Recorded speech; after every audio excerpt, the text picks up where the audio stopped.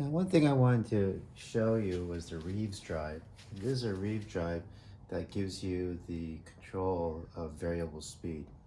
So what happens is that this dial has a little cam and pushes on a little bit part of this pulley. And what it does is, as you crank this over, it'll separate the opening of this pulley. And what that happens is the belt will start sliding deeper inside.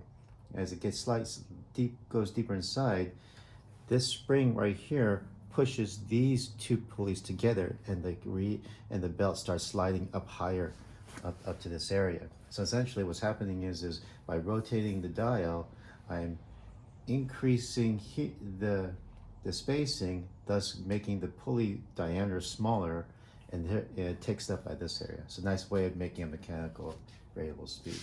So I'll show you how it works. And not got too far because I don't want to get my hands in that area. So I push the button, it's on the stop position, turn it. So now I can see that the belt is pretty high on that area and pretty deep down there. So watch what happens when I turn it more.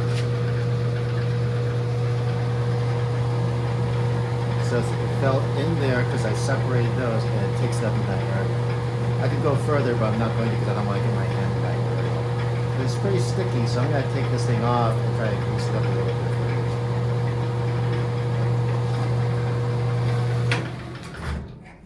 Okay, so now to take this off, I have taken this off, and it's pretty hard to finagle it back in.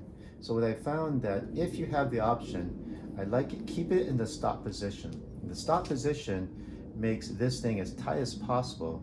So essentially what's happening is that the cam is pushed over as much as possible. Right, yeah, pushed in together as much as possible. That way there's a lot more space in here. And all you do is open it up, is take it off on this little Allen wrench in the stop position.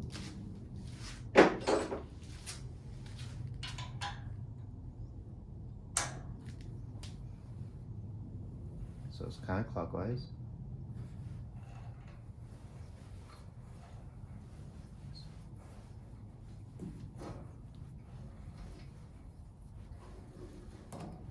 Here goes. Straight up.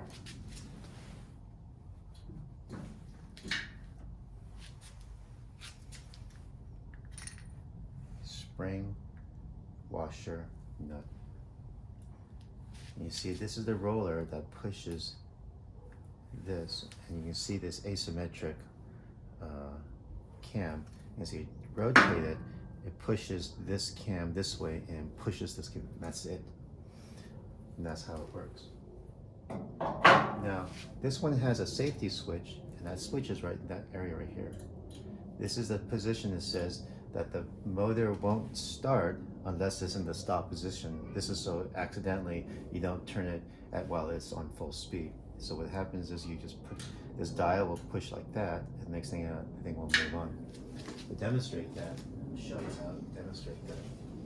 So what you can do is you can push this on, and you can mimic as if it goes, and watch as soon as I touch it. I shouldn't have done that. Now the cam moved all the way up. Now it's called, I have to get this thing over to the other side. So if I could, let's see if I can mush it. Now it opened up because the cam moved this way. So now it's gonna be a pain in the neck to put this back in. So let's see how I should do that. Let's see if I go like this. I have to hold it and push it this way. Well, I'll grease it up, get it back together, push this over, and I'll probably pull this spring out and then open it up and get this out of the way so I can get in there. But that's for it. That gives you an idea of how to see how this mechanism works. I'm going to grease this up, clean all this oil stuff up, and see if I can put a little bit of grease inside there as well. And to see how it looks like inside, you can get a good close-up. You can see how it looks like. This is the cam, this is the switch, and this is a little stopper that keeps everything in position. This is your shaft stopper. Thanks.